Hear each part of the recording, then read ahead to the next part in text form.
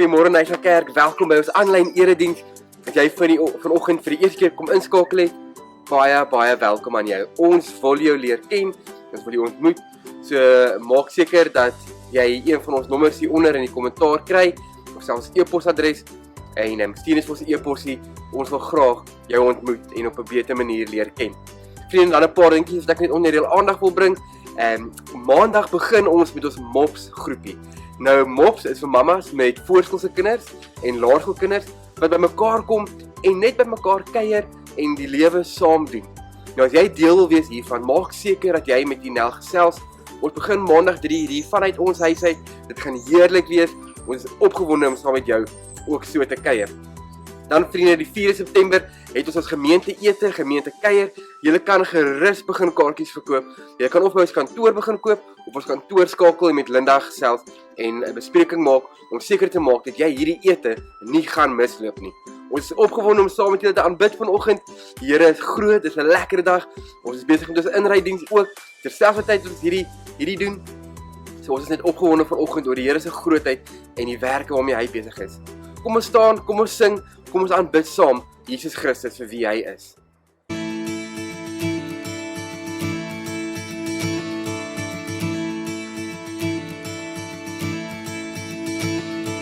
Kom en loof die Heer, bring jou lof en meer. Daar is geen ander wat ons so verwonder. Loof die Heer. Hoor die waterstruis, die bome en berge prys. Die Here almagtig, heerser vir ewig. Loof die Heer. Kom laat ons sing in die môre, sing in die aand. Kom laat ons sing tot die son opkom. Alles wat asem met sing en loof die Heer.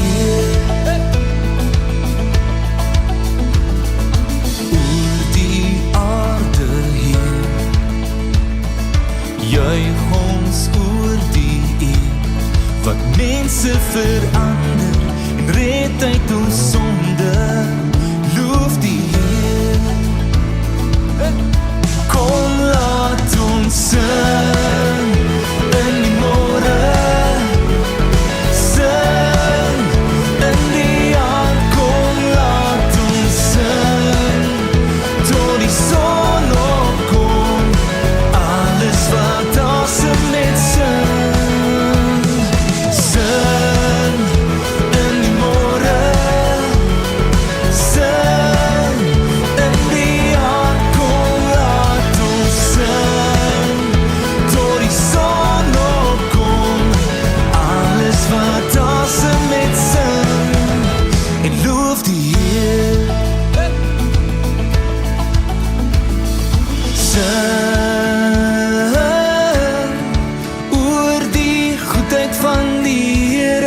Die goedheid van die Here, sing oor die goedheid van die Here, die goedheid van die Here, sing oor die goedheid van die Here, die goedheid van die Here, sing oor die goedheid van die Here, die goedheid van die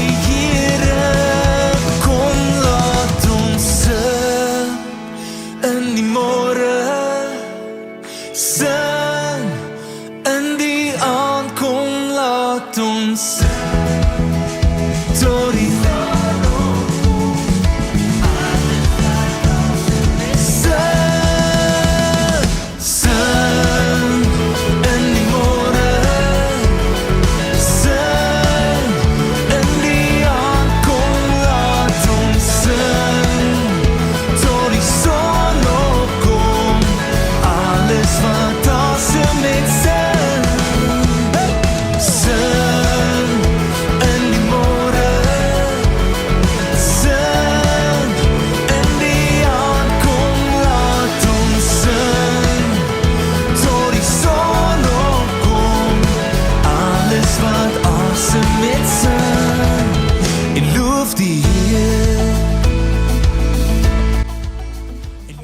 kerk, dis lekker om so saam met jou te wees op 'n Sondagoggend.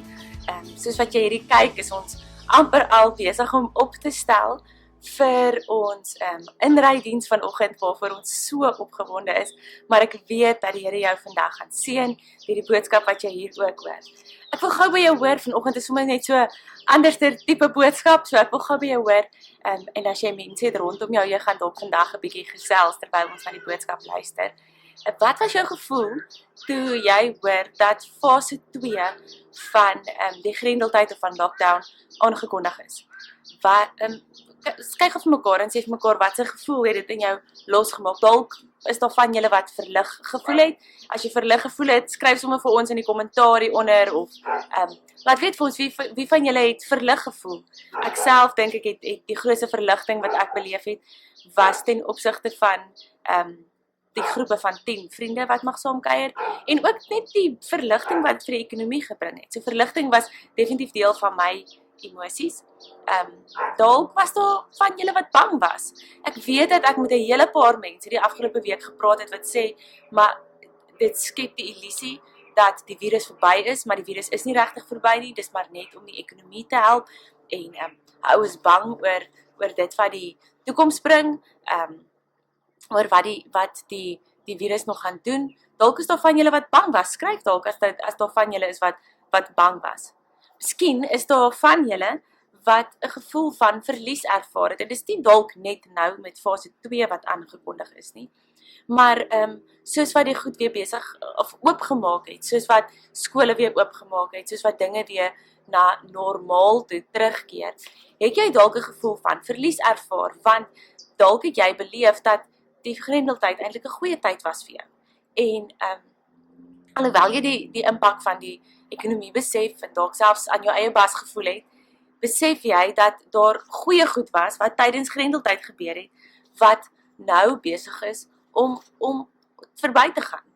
'n Lang storie kort dink ek dat elkeen van ons, daar het iets met ons gebeur die afgelope 6 maande en ons kan dit erken, dit wat met ons gebeur is. 'n Ou stap nie net uit 2020 uit en sê dit het my glad nie affekteer nie. Elkeen van ons is geaffekteer. En die vraag wat ek vandag wil vra as ons nou die boodskap behandel oor sê nou maar net hierdie is die nuwe normaal. Hoe gaan jy reageer op dit wat met jou gebeur het? Want daar het iets met jou gebeur. Nou, C.S. Lewis het 'n boek geskryf en die boek se naam is The Problem of Pain. Dit's 'n interessante boek en dit is sy perspektief op wat pyn is en wat pyn aan ons doen.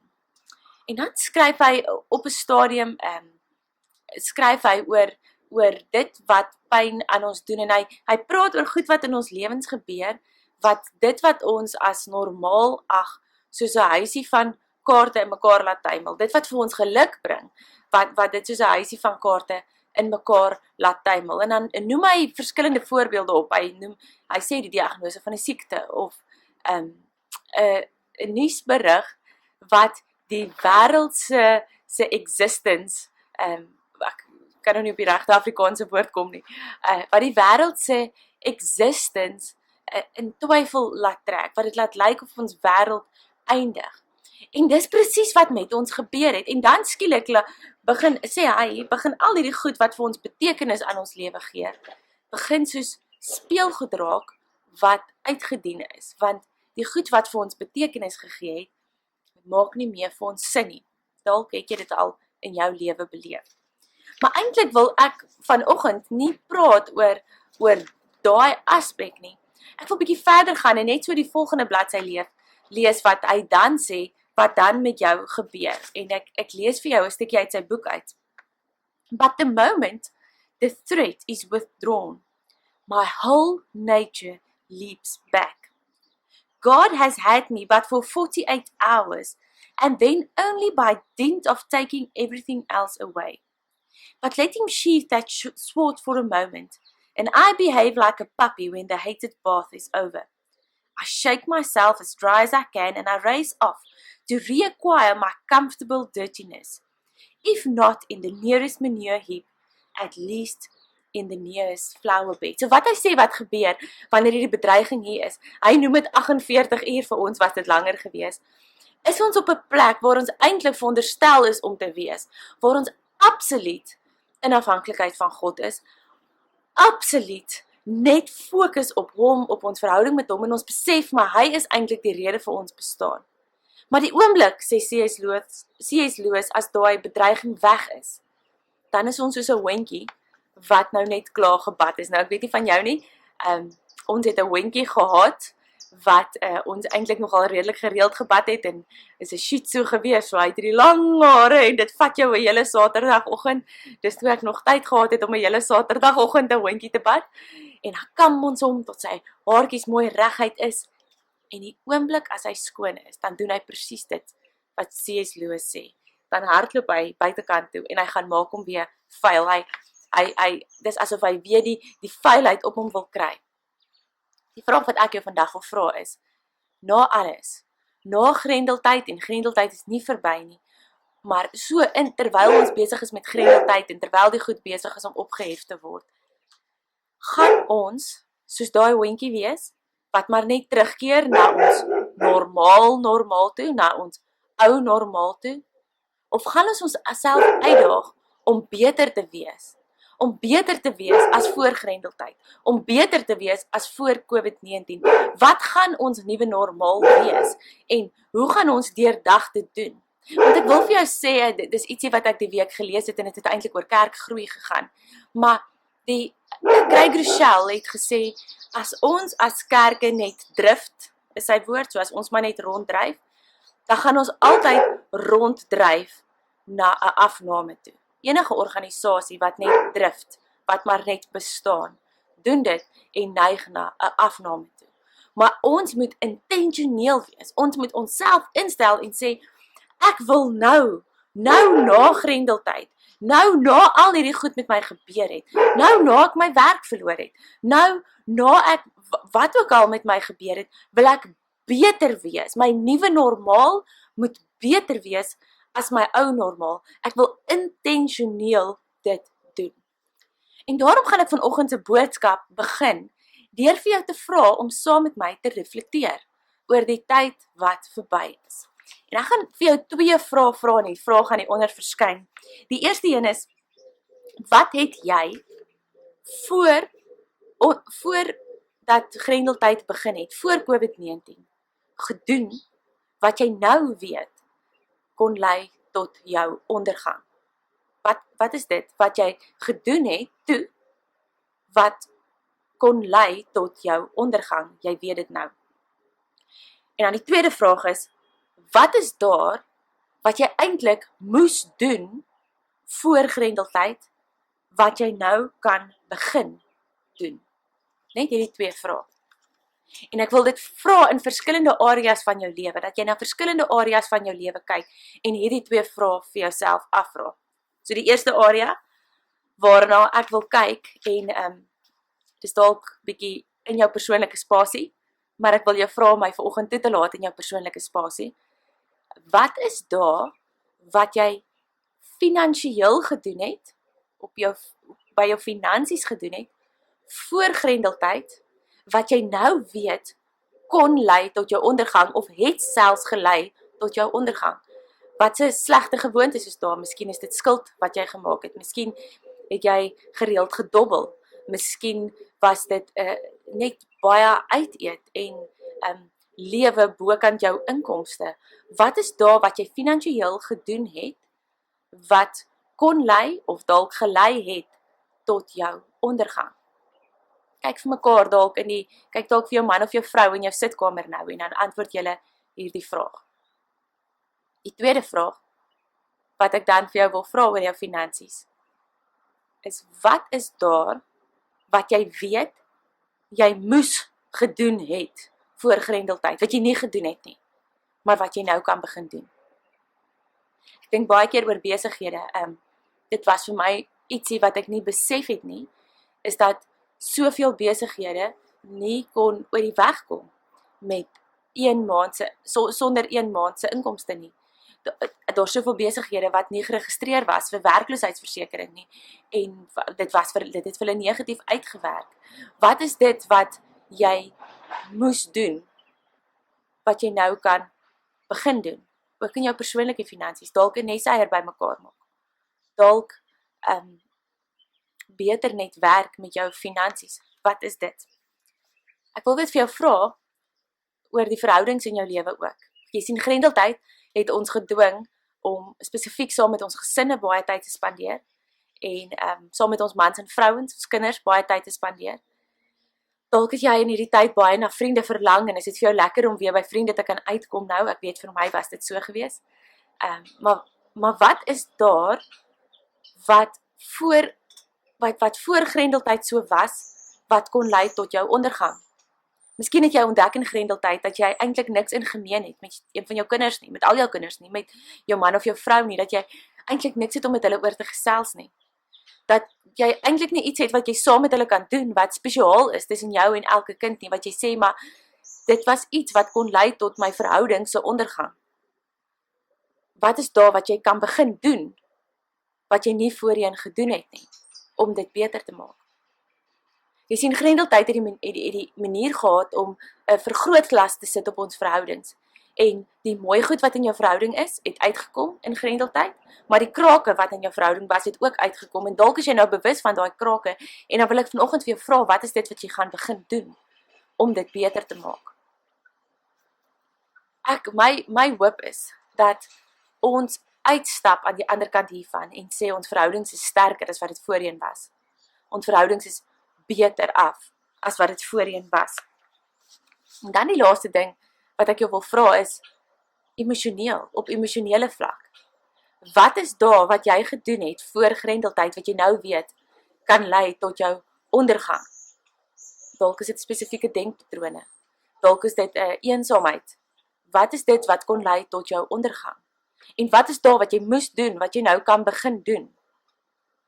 Dis belangrike vrae om te vra, en dalk kan hierdie goed jou lei na 'n punt van deurbraak, dat hierdie goed jou kan lei om, as jy hierdie vrae vra, kan dit jou lei na 'n punt waar jy of ou dinge herontdek, of nuwe dinge ontdek, en spesifiek ook in jou verhouding met die Here. Dit is vir my so aandoenlik gewees om te sien, hoeveel mense in Grendeltyd begin het om stilte tyd te doen, en God beter te ontdek.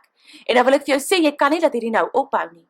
Dit is tyd om nou juis hierdie goed aan te gryp, en hierdie goed beter te kan doen. Want jy sien, ek en jy het die vermoë om te kies hoe ons reageer. Ons het nie 'n keuse gehad dat COVID-19 met ons gebeur nie. Die goed is op ons afgeforceer. Die hele situasie is op ons afgeforceer. Maar jy het vanoggend die keuse hoe jy gaan reageer. En ek wil vir jou vra om daai keuse te gebruik en die regte reaksie uit te oefen. 'n Geloofreaksie uit te oefen, want dit kan alles verander. Jy sien, as ek dink aan onregverdige omstandighede en die reaksie wat ons daaraan het, is die eerste voorbeeld uit die Bybel uit waaraan ek dink, is Jesus self. Jesus self, wat die toonbeeld is van onregverdige dinge wat met hom gebeur het. Maar hy het in daai oomblikke gekies om die ander wang te draai.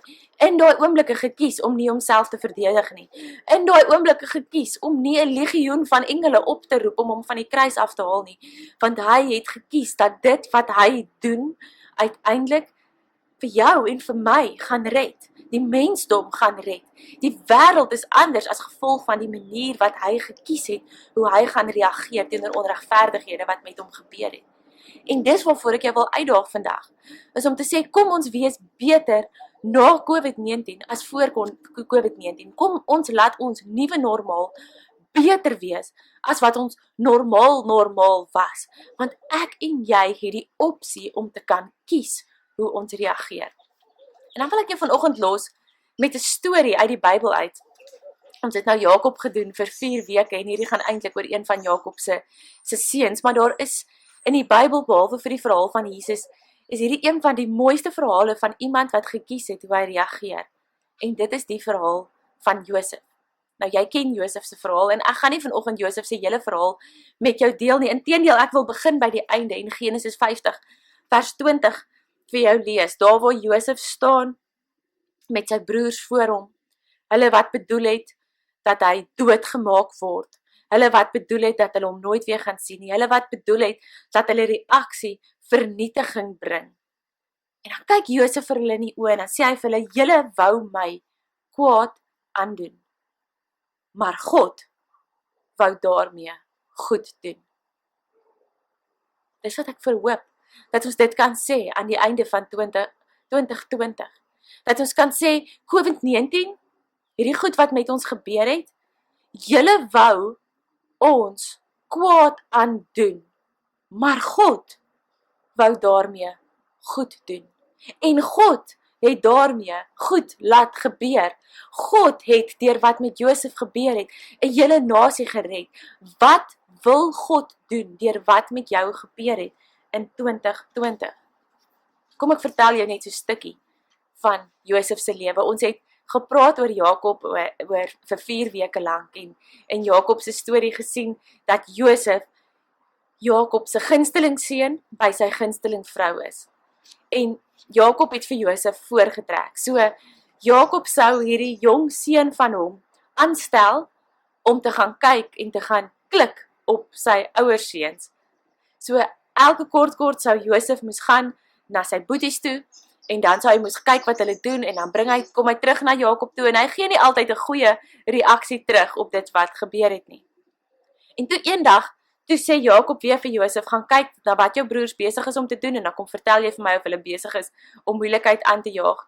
En hier besluit sy broers, genoeg is genoeg. Ons gaan vandag iets hier aan doen. En hulle gooi toe vir Jakob in 'n put. En terwyl Jakob in die put is hulle besig om te besluit, maar hoe gaan ons hom nou doodmaak? Want dis hoe kwaad hulle vir hom was, hulle wou hom doodmaak. En toe Juda was so half die leier tussen sy broers. Juda sê toe vir sy broers in Genesis 37 van vers 26 tot 27, watter nut het dit vir ons om ons broer dood te maak en dit dig te hou? Kom ons verkoop hom aan die Ismaeliete. Ons moenie sy lewe neem nie. Hy is ons broer, hy is ons bloedfamilie en so word Josef verkoop aan die Ismaeliete om 'n slaaf te word. Nou ek wil hê jy moet net hoor dat hierdie een van die ergste goed is wat in daai tyd kon gebeur het.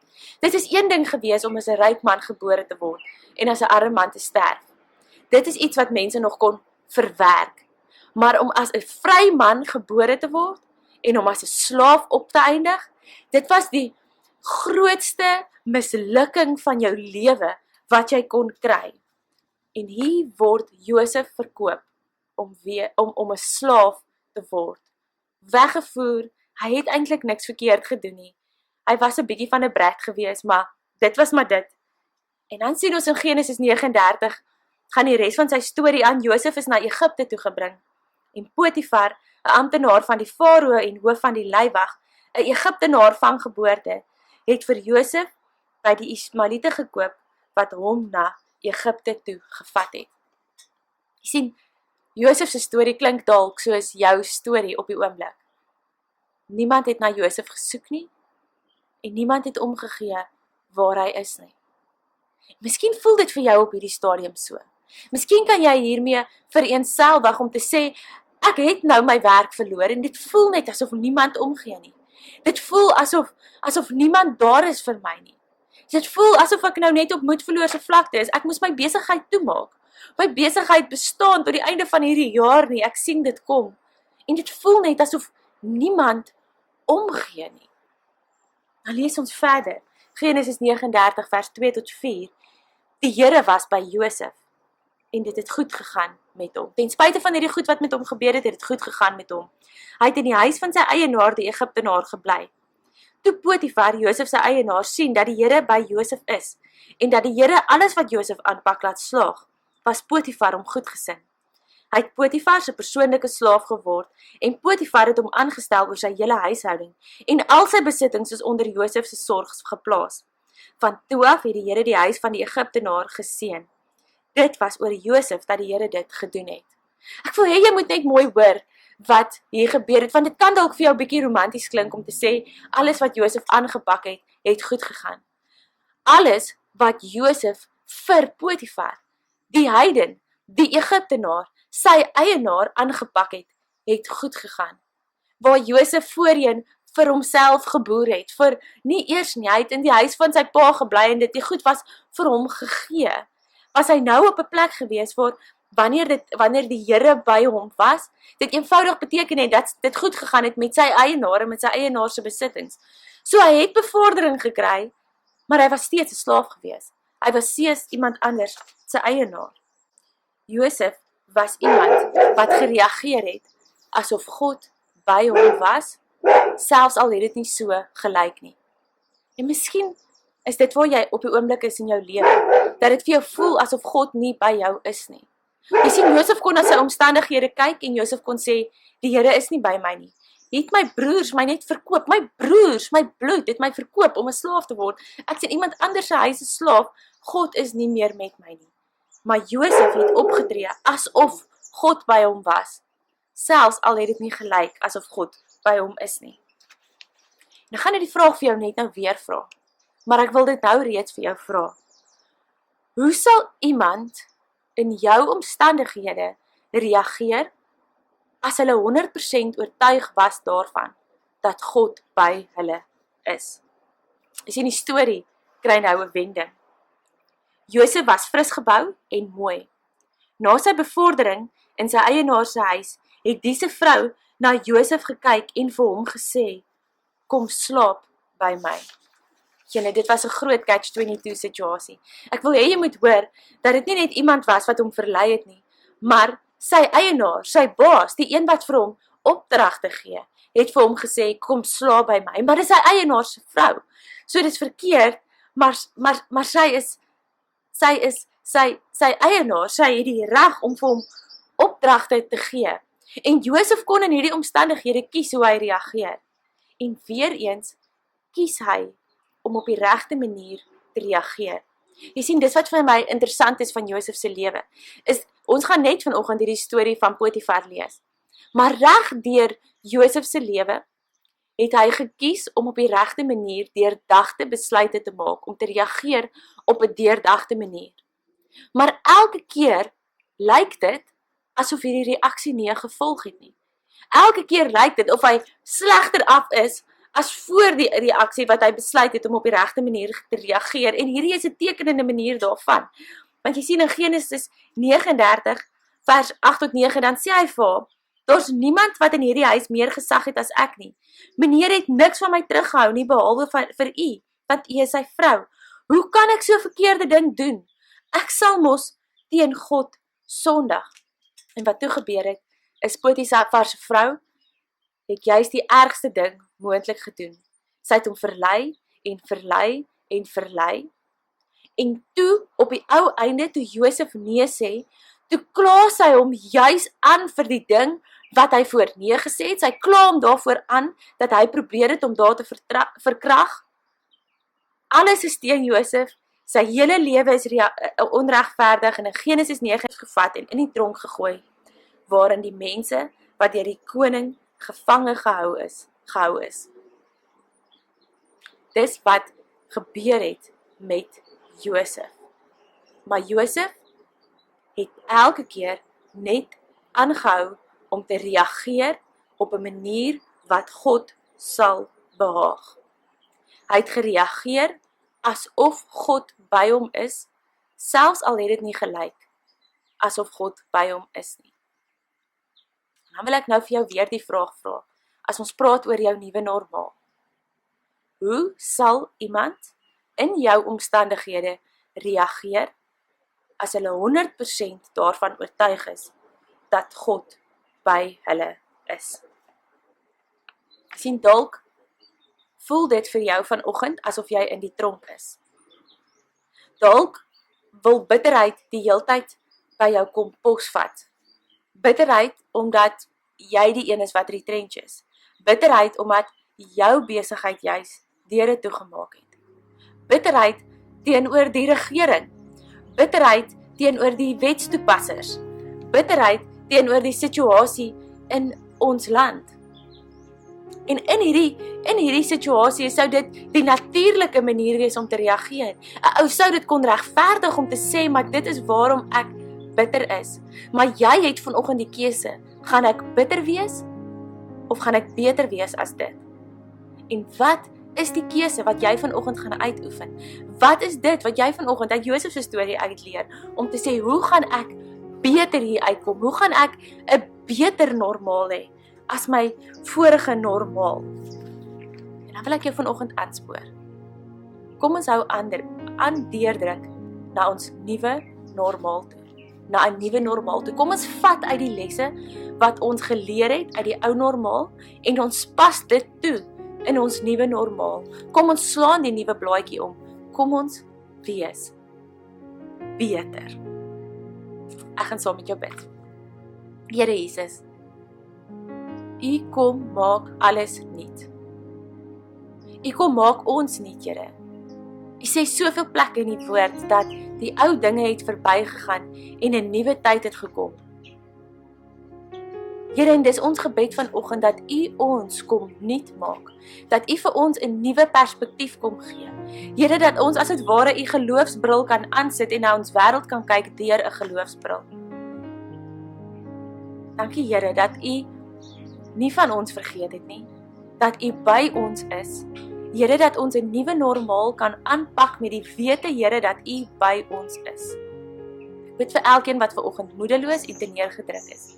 Here, dat U hulle in hierdie tyd sal ondersteun, Here, en hulle sal sterk maak. Dankie vir die goedheid. Amen.